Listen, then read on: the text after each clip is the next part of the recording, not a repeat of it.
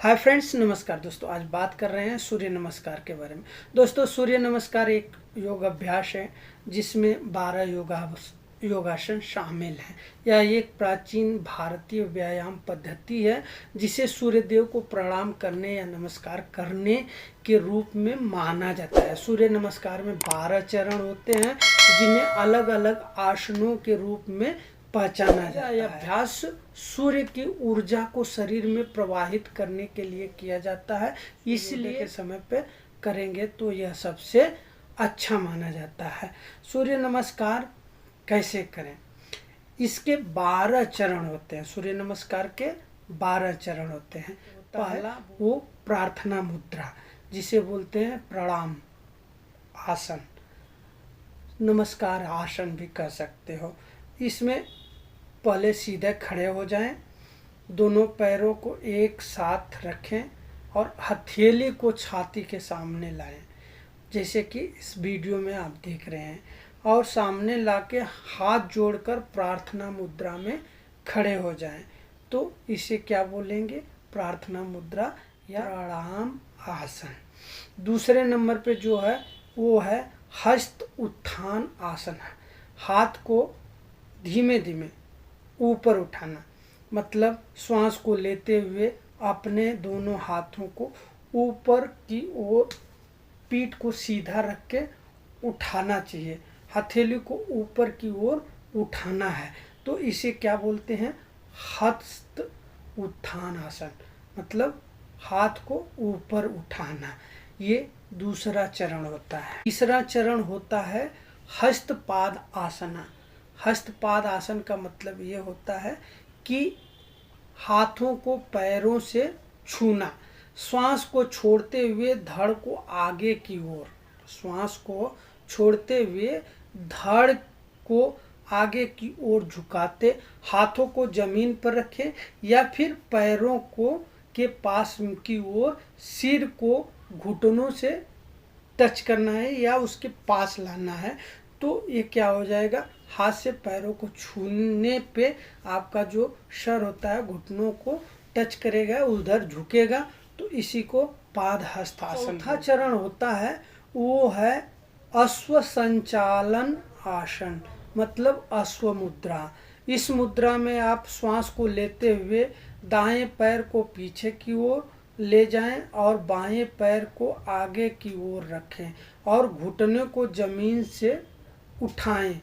तो ये क्या बोलाता है? अश्व संचालन आसन या अश्व मुद्रा, जैसा कि आप देख रहे हैं।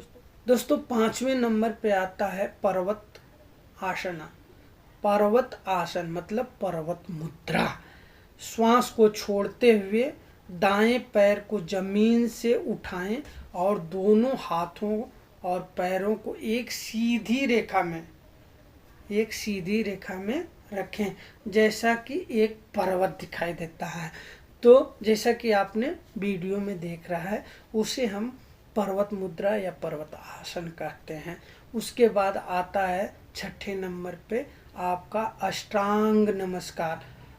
8 पैर मुद्रा जो होता है, अष्टांग नमस्कार जो होता है उसको 8 पैर मुद्रा बोलते हैं, या फिर कहते हैं अष्टांग नमस्कार।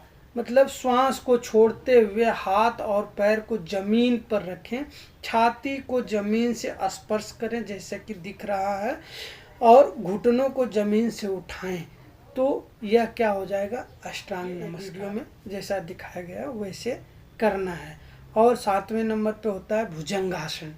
भुजंगासन को कोबरा पोज भी बोलते हैं, कोबरा मुद्रा भी बोलते हैं। श्वास को लेते हुए छाती को ऊपर की ओर उठाने को बोलते हैं, जैसे कोबरा सांप होता है ना, उस हिसाब से जैसा कि आप वीडियो में देख रहे हैं उसे भुजंगासन या कोबरा मुद्रा। दोहराते हुए फिर से पर्वत मुख आसन पे आएंगे, यानी पर्वत मुद्रा पे आएंगे। श्वास को छोड़ते हुए दोनों हाथों पैरों को एक सीधी रेखा में रखेंगे, जैसा कि पर्वत दिखाई देता, उस हिसाब से जैसे कि आप वीडियो में देख रहे हैं।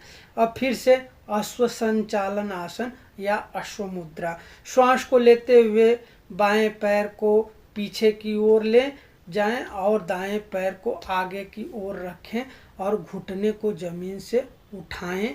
तो यह अश्व मुद्रा जैसा आप देख रहे हैं मैडम जी कर रही हैं। वैसे हस्त आसन, जैसे कि हाथों और पैरों को क्या करना है, छूना, हाथों को पैरों से छूने को ही पाद हस्त आसन करते हैं, जैसा कि मैंने पिछले बताया और ये वीडियो में भी आप देख रहे हैं ये मैडम कर रही हैं।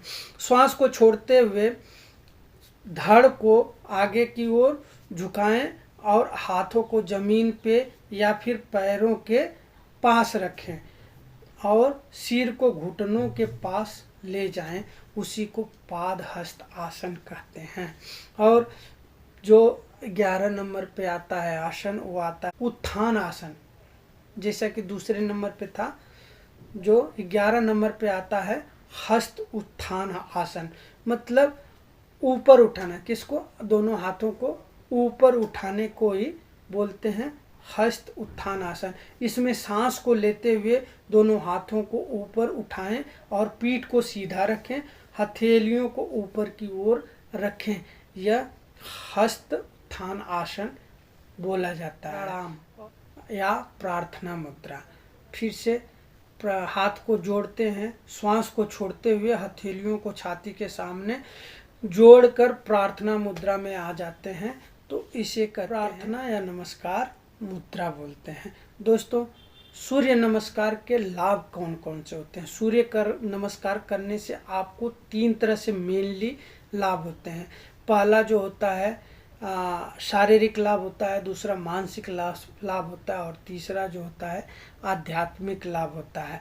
शारीरिक में आपको यह कार्डियोवैस्कुलर एक्सरसाइज का काम करता है, मतलब आपको हार्ट संबंधित रोगों से दूर रखता है, मांसपेशियों को लचीला बनाता है, शरीर को ढीला ढाला और तंदुरुस्त, और बॉडी में क्या होता है, आपको सेफ आता है, आपके शरीर में सेफ आता है और मसल्स वगैरह मजबूत। मानसिक लाभ में आपको एकाग्रता बना रहता है, आप ज़्यादा चिड़चिड़े नहीं होंगे, शांत स्वभाव के रहेंगे और दिमाग आपका केंद्रित रहेगा। और आध्यात्मिक में सूर्य की ऊर्जा को आप क्या करेंगे, अपने शरीर में निहित करेंगे या ब्रह्मांड संबंधित स्थापित करेंगे। तो ये रहा इसके लाभ। रोजाना करने से 10 बार रोजाना करेंगे तो आपको काफ़ी फायदा मिलेगा। आज के लिए इतना ही, मिलेंगे किसी और वीडियो, तब तक के लिए दीजिए इजाज़त। जय हिंद, जय भारत, नमस्कार।